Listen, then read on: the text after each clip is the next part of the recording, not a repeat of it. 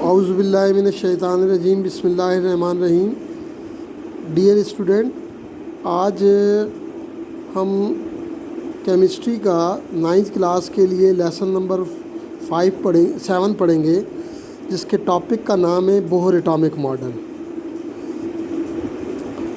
Bohr नामी scientist ने Rutherford atomic model पर उठने वाले 2 एतराज़ात का जवाब दिया था और उसने ये जवाब अपने 5 पॉइंट्स की सूरत में दिया था।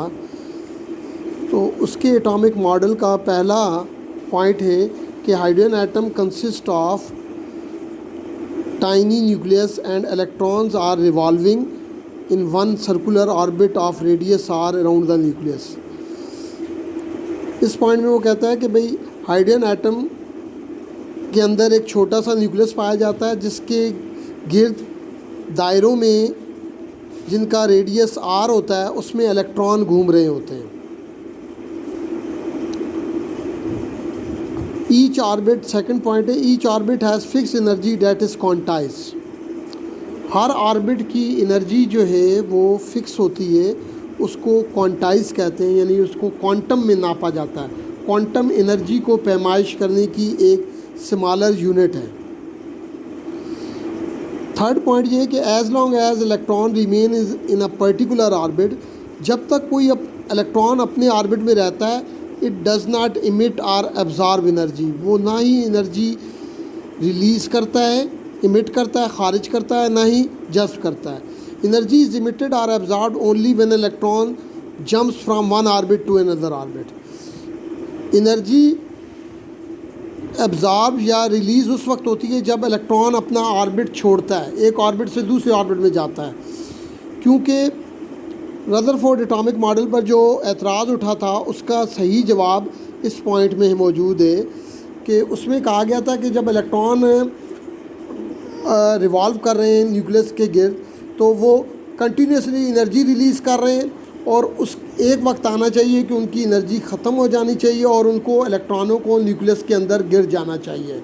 और हालांकि ऐसा नहीं होता, इसलिए एटम को अनस्टेबल होना चाहिए इस नज़रिए के मुताबिक। लेकिन इसका जवाब फिर बोहर ने दिया था कि बोहर ने कहा था कि इलेक्ट्रॉन जो है जब हरकत कर रहा होता है किसी फिक्स ऑर्बिट में, तो वो एनर्जी ना ही रिलीज़ करता है ना ही एब्जॉर्ब करता है। एनर्जी रिलीज़ या एब्जॉर्ब तब होती है जब वो अपना ऑर्बिट छोड़ता है। तो फोर्थ पॉइंट है कि when electron jumps from lower orbit to higher orbit, जब इलेक्ट्रॉन निचले ऑर्बिट से ऊपर वाले ऑर्बिट में जाता है तो इट एब्जॉर्ब एनर्जी। अब जब कब करता है, जब अपना ऑर्बिट छोड़ेगा, निचले ऑर्बिट से दूसरे ऑर्बिट में जाएगा। और when it jumps from higher to lower, जब हायर से लोअर में जाएगा तो इट रेडिएट्स एनर्जी और इमिट्स एनर्जी, वो एनर्जी रिलीज़ करेगा। और वो जो एनर्जी है वो डेल्टा ई की सूरत में रिलीज़ हो, उस एनर्जी की मिकदार डेल्टा ई होती है। तो अब डेल्टा ई बराबर होता है E2 minus E1। E2 mean energy of second orbit, E1 mean energy of first orbit, that is equal to, this change in energy is equal to h mu. h is Planck constant and v is frequency of, mu is frequency of light,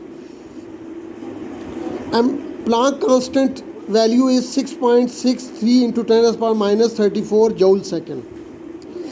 Fifth point is that electron can revolve only in orbit of fixed angular momentum, यानी उस orbit में electron घूम सकता है जिसका angular momentum mvr हो।